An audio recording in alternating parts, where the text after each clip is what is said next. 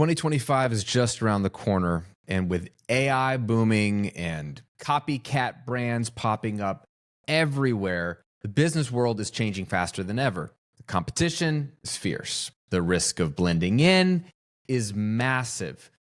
Basically, if you're not zigging while others zag, you're going to get left in the dust. So in this episode, I'm going to share 4 powerful shifts you must make to not just survive, but thrive and stand out as a true leader in your industry. Let's break away from the noise, my friend, and make your business unforgettable in 2025. So AI, the crowded landscape of online business, I mean, this comes up all the time. I get questions about this all the time. Are we missing our moment? Is it too late for me to start a business? That's what beginners ask. Those that are already successful are fearful. Are things changing? They can sense change. And things are happening so fast that it can become overwhelming. Well, let's just dive into the reality of what's happening. And then let me help you so that you do not get left behind in 2025. I don't want you to get left behind. I don't want you to stay the same. I want you to soar and grow. And that's what I want for myself. So let's talk about AI and what I think are just the resounding residual effects of that, which are copycat brands, which have always been around, by the way. Copycat brands have always been around, but now with AI, it's just easier to be like everybody else. 4 things that are showing up because of AI and copycat brands. Number 1, everyone is sounding the same. I mean, if you notice that, like, everyone's marketing language sounds the same, everyone's website sounds the same, everyone's sales funnel looks and sounds the same, largely because it is. You're either copying someone else's, which I've had people copy mine, like literally they didn't even change the name of the company or the product in it, and they didn't realize that it was literally selling my product, which is kind of obvious. Or just the fact that you can go to ChatGPT and you can say, spit out some sales copy for this thing, and you'll get something that might be good, but it sounds like everything else because it's the same AI giving everyone similar versions of the same thing. Now, you can tweak and you can use it well. Again, I'm not against AI. I use AI in my business, in my day-to-day business. I'm just saying what most people are doing is taking what's out there, pressing a button, copying and pasting, and they wonder why no one's really doing business with them because they sound like everybody else. Number 2, everyone can get the same information that you have, that you're giving, that other people have, easier and faster than ever. I mean, these tools they're like search on steroids. Not only do we have access to everything in the internet, like through a search engine, but now we can have AI process everything on the internet for us in real time and give us the same information. So you putting out information in the world alone isn't going to be enough because now everyone can get access to information the click of a button, right? And we've known that over time, even before AI, like it's becoming, so you're inundated with information. Information alone won't make you stand out. Number 3 is everyone can look impressive online. It's wonderful because a small company, one person show like me, like you, we can look impressive because of AI tools and all these other platforms. So it's not hard to look legit. So looking legit and impressive and professional is no longer enough because like there could be a brand run by a dog in Thailand and it can be just as impressive as you, right? I mean, it's not hard to be done. So everyone can look impressive. And then finally, everyone can pump out more content than ever before, right? I love a tool called Riverside. There's lots of tools, Opus Clip. I mean, you can do like what I'm using right now to record this episode, both video and audio. One click, I can create, gobs of short clip, format content. And like you can quickly create stuff. And so you can proliferate your ideas and your content everywhere where you used to have video editors, used to have content curators, used to take a lot of time. Now anybody can pump out content. So we're all going to start to look the same, sound the same, have the same information, be just as impressive and have just as much content as everybody else. So if you're just banking on, well, I've got good information, I'm professional, I have good answers to people's questions and I have lots of content, like I'm pumping out content every day, that's like 5 years too late. Like that's not enough anymore. Before we get into the 4 shifts you need to make, here's what most people think though. They think, I gotta just do more. And I don't know why that is. Maybe that's human nature to think, if this has got me this far, effort, pushing ideas, and it's working, and I've gotten these results, but I need more of those results. Our brains almost shut down, and we get really dumb. We think, well, I just will do more of what I've already done to get more of what I already have. And I don't want that to be you, because A, it's exhausting. You'll burn out. You'll crash and burn. But B, it won't work, which is even sadder, because then you'll feel like, well, I just got to push harder and pump out more content and have, more touch points and more sales copy and more funnels and more emails. No. Let me give you 4 shifts. 4 shifts that I am making, I've actually been making in the last 18 months, and I'm going to be making even more intentionally in 2025. And so I want to pull back the curtain so you see what I'm doing. And as your coach, I want you to do this as well. All right. Shift number 1. And you do all 4 if you can, but if nothing else for today's episode, just like latch on to one. Like, one of these is for you. I just know one of these is for you. Latch onto it.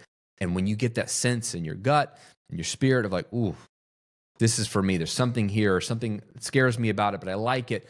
That's your intuition telling you this is for you, okay? So I don't know which one it's going to be for you. Maybe it's all 4. I think you should do all 4. I'm doing all 4, but pay attention for the one. Lean in for the one. Ready? Okay. Shift number 1. Don't just be useful, be counterintuitive. Don't just be useful, be provocative.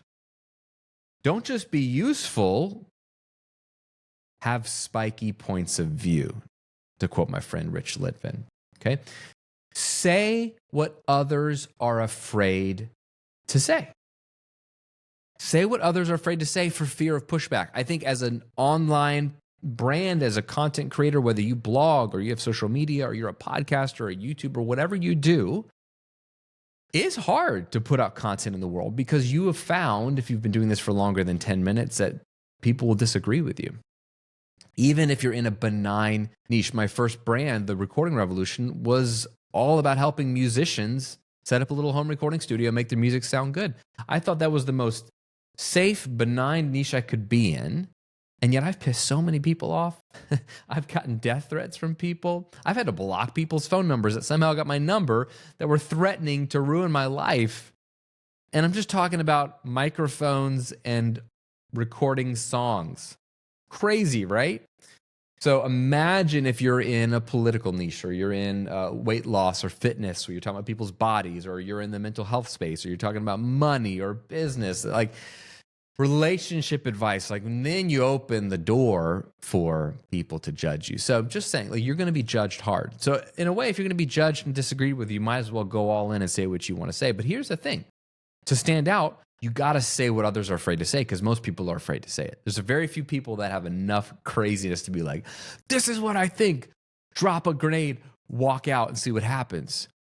So you will stand out just by virtue of being one of the only people. So say things that people will disagree with. And don't just say things to get people riled up. I don't mean that. And I don't mean that in a way like there's people putting a content online just to make people angry. I don't want to make people angry.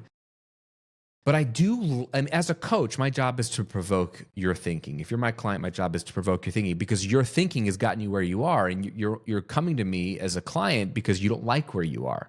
You don't like the way your business has turned out. You don't like the life you have. You're out of joy. You're out of energy. You're out of money. Or you're making plenty of money, but it's not where you want it to be, or whatever. There's something you don't like. So your thinking has got you where you are. So if you hire me and I just give you more stuff that you'll agree with, that's not going to help you, because you're not going to get anywhere different. I need to challenge your thinking and get you to think differently, because when you think differently, you'll feel different, you'll do different, you'll get different.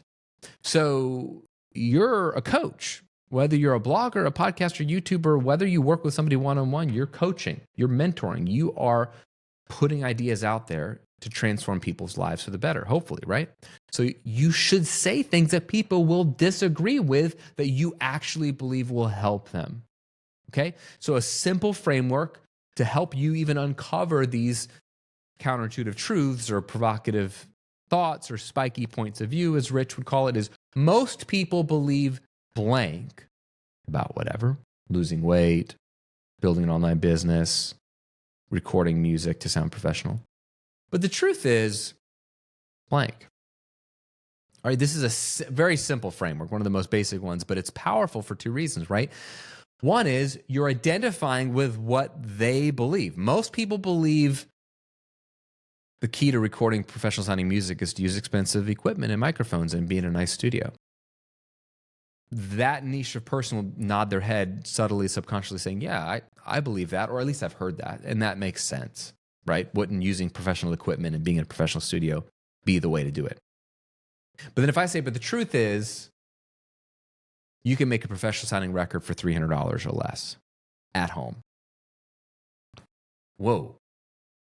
Two things happen. One, that challenges what most people believe in literally in the statement. Most people believe this, but the truth is this, meaning I am disagreeing with most people, and I believe that most people are wrong. That in and of itself is a bold claim. You're disagreeing with most people, Graham? Who are you to disagree? Makes people interested in me. So that alone is interesting. Like, who is this guy? Who is this gal? And then number two, they subconsciously want to test what you're saying. Wait, is that true? Can you really make a professional sounding record on $300? An example for my current brand, right? Most people believe that in order to make 7 figures a year, you need to work 40 hours a week or more. But the truth is, you can make 7 figures a year working 5 hours a week or less. Right? That's crazy. That's absolutely crazy. So I'm challenging what most of the world says. So I'm literally separating myself. And then I'm putting out something that's provocative, that I believe in, that they're trying to test. Like, wait, can you really make $1 million a year working 5 hours a week? That doesn't even make any sense. No, that's not possible. I disagree. And if they disagree, that's great. All that matters is that they're paying attention to me. Pay attention to me. Seriously, right? You need people to pay attention to you if you're going to be able to sell them something and do business and stay. Like, if nobody knows you exist, how are you going to make money, friend? So we don't want to just say crazy, provocative things to get attention. That's where clickbait comes in. And that's why YouTube sucks half the time, even though I'm a YouTuber. That's why news articles suck, because people just will write whatever to get your click. So I'm not saying to write whatever, say whatever to get a click. I am saying dig deep. What do you actually believe that a lot of people disagree with? Plant a stake in the ground on something you truly believe in and be willing to not play it safe. Don't play it safe. You can't play it safe in 2025. You can't. You can't. So put a stake in the ground. People are looking for mentorship. They're looking for someone that will put a stake in the ground and tell them what they believe. It's attractive because most people are so afraid of being canceled, right? It's attractive. So put a stake in the ground and share what you really believe. So that's the thing, is don't be useful. I know your content's useful. Yes, be useful, but be counterintuitive and be provocative. All right, shift number 2. Don't look for the many, look for the one. So what we've been doing for decades now is like trying to grow as big of an audience online as possible, transition that audience to an email list to grow as big of an email list as possible.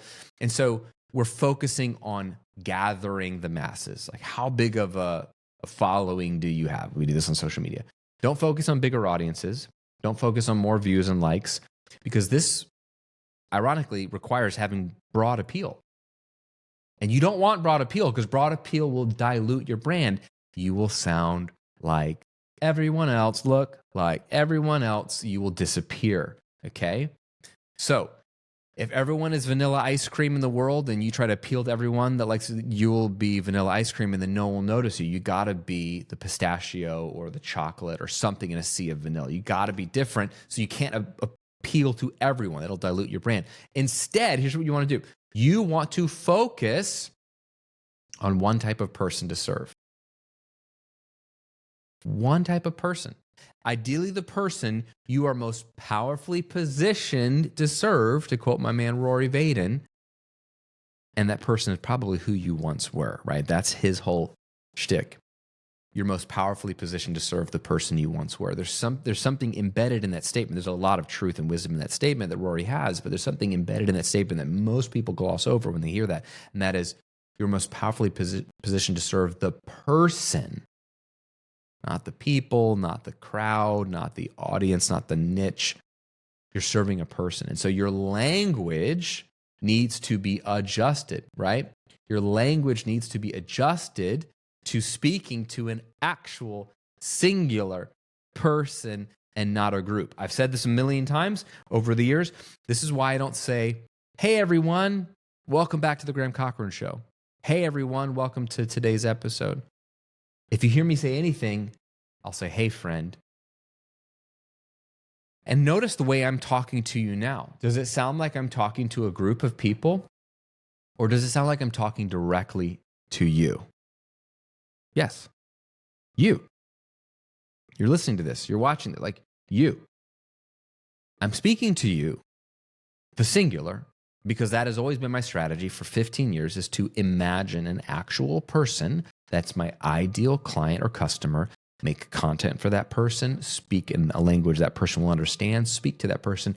And so there's a reason why I'm probably not the most popular brand in the online business space, because I'm not appealing to the masses. But I'm a highly profitable brand. I don't have to work but only a couple hours a week, and I get to work with the people I want to work with, and I really love my business, and I really love the life it gives me. Why? Because I'm speaking directly to you. If you're the right person, you're going to lean into me, and if you're not, you're going to be like, Very intentional. And I'm pressing harder into that in 2025. You're going to see that. You're going to hear that in the language I use on my website, in my content here on the show, on the Graham Cochran Show, in my offers. You're going to see this dialed in even more. And hopefully you're the right person that will like it, but maybe you won't. And you'll be like, Graham changed. That's not me. And that will be okay too, if that's the case, because I'm going to speak to you, the right person, so I can serve you. I'm going to speak to the person I am most powerfully positioned to serve, and I hope that that's you. But if it's not, it's okay. We can still be friends. Okay? So that's the second shift, is don't look for the many. Everyone's looking for the many, and that's going to dilute their brand, dilute the type of content they talk about, dilute their sales copy. Ignore the masses. Find the one.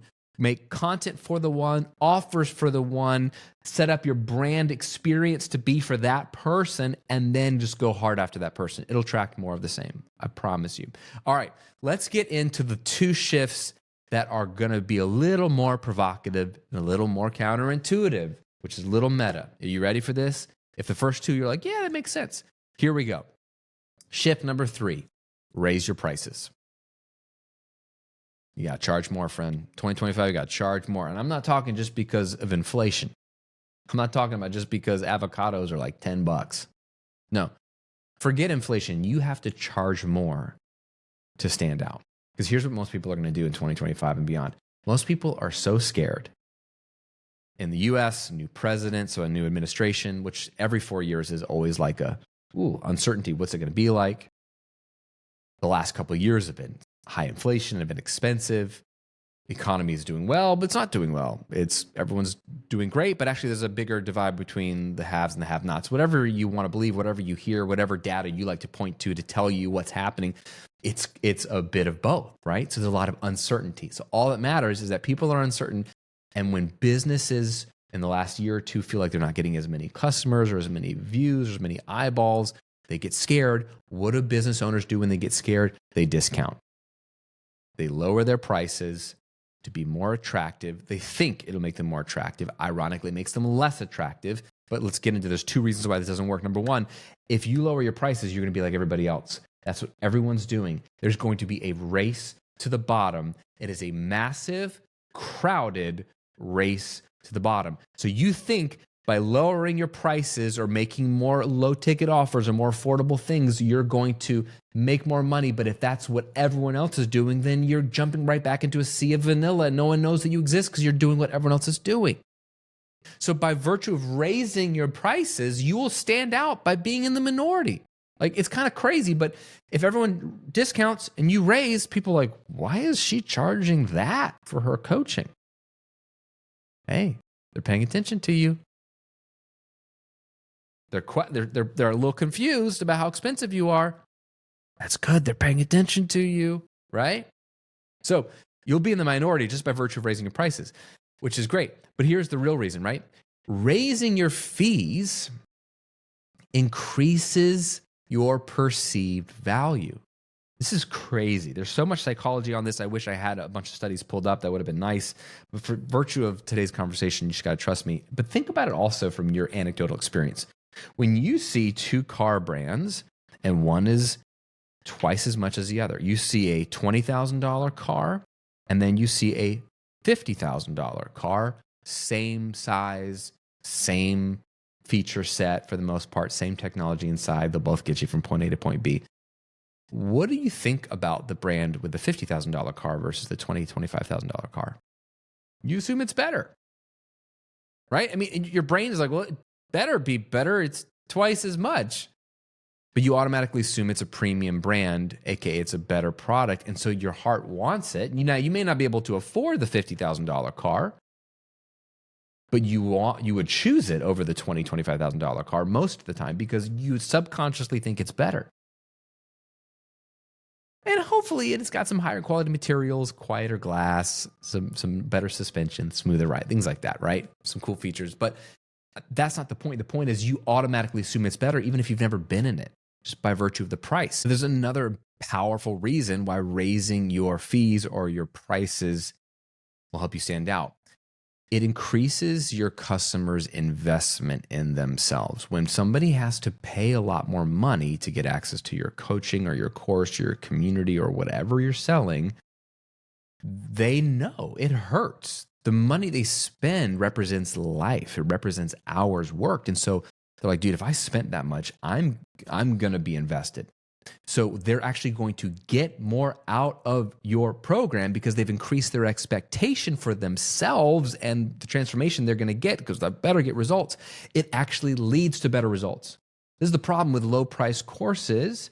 And I know I sell a bunch of affordable courses, is that people buy it and they don't get around to even jumping into the course because, I paid a couple $100. I'll get to it when I get to it. But if they spent $2,000, you better believe they're going to get to it because they spent it, and they will get results because they're diving deep and they're investing in themselves, which will lead to better testimonials. It'll lead to better case studies. It'll lead to happier customers. It'll lead to people singing your praises, which is insane if you think about it. By just virtue of raising your prices, people get better results and they're more committed.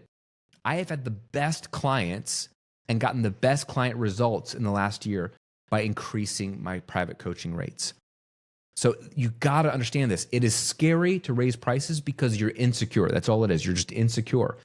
But when everyone is doing what you want to do naturally, which is lower the prices, make some more affordable options, that do you want to be in the majority with everyone else with this massive crowded race to the bottom, or do you want to stand out by having higher prices, being a premium provider, getting yourself out of the people pile, as John Maxwell will say, increase your perceived value and increase your customers' investment and expectation in themselves, thus creating better results.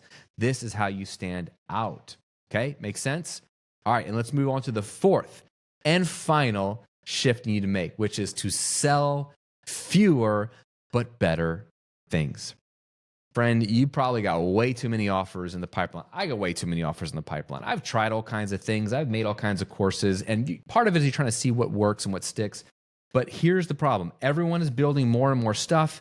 They're less likely to learn how to better sell what's working and create a better customer experience than they are to just build something new. Because think about entrepreneurs. We're like, on to the next thing. I already launched that course. I already did that coaching. I got a new idea for a new thing with this new name. I got the logo worked up. I'm going to launch it, sell it. And so we keep making new offers and new products. Friend, here's how you stand out. In a world where people are going to be the Walmarts and the Amazons of the world with like a bajillion things to sell, I want you to be the Tiffany's of the world. Like fewer things in your store, but they're really high quality and they're really attractive and desirable, right? So you want to 80-20 the mess out of your products and offers and commit to only selling the best. So you want to find the top 20%. Look back at this last year. Look at all the data. Pull it out, everything you sold, organize it by your offers or products or services and how much revenue each one brought in, and then look at what were your top performers. And I guarantee you're going to find the 1, 2, or 3 offers that generated 80% of the results. Those are the ones you want to focus on. That's it. In a perfect world, give people max 3 ways to work with you. If you're a coach, 3 things on your coaching menu. If you've got courses, 3 main courses or 3 main digital offers. Maybe it's a course, a community, and a mastermind. Maybe it's 2 courses and then a paid community. Maybe it's a beginner, intermediate, advanced. Whatever you do, however you sell it, think about, if I could only sell 3 things to get massive results for my clients and customers, what would they be? The reason this will work is you're decluttering. It's simple, right? You're doing a couple things. One, you're going to be able to focus on making them better and focusing on the customer experience, the customer journey, the sales process, all that. But really, you're reducing the confusion for your customer of what they should buy or where they should start. I'll give you an example.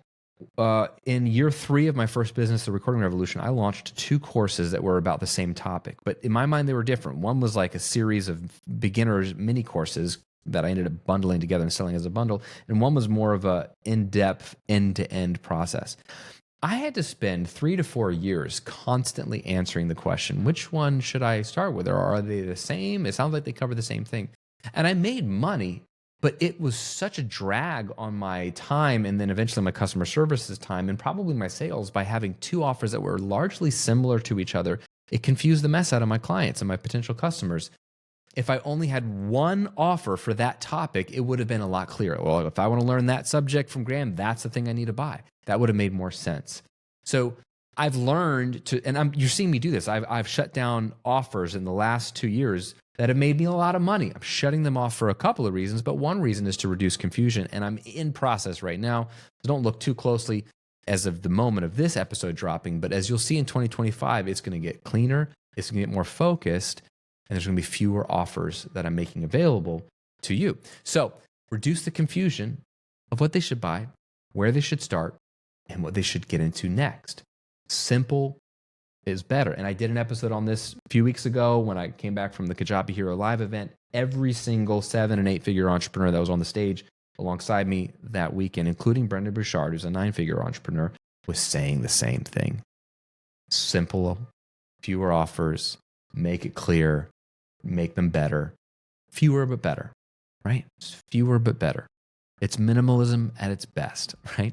Not fewer for the sake of fewer, but fewer for the sake of a better experience for your customers and a better back end for you where it's easier to run and manage as a company. Does that make sense?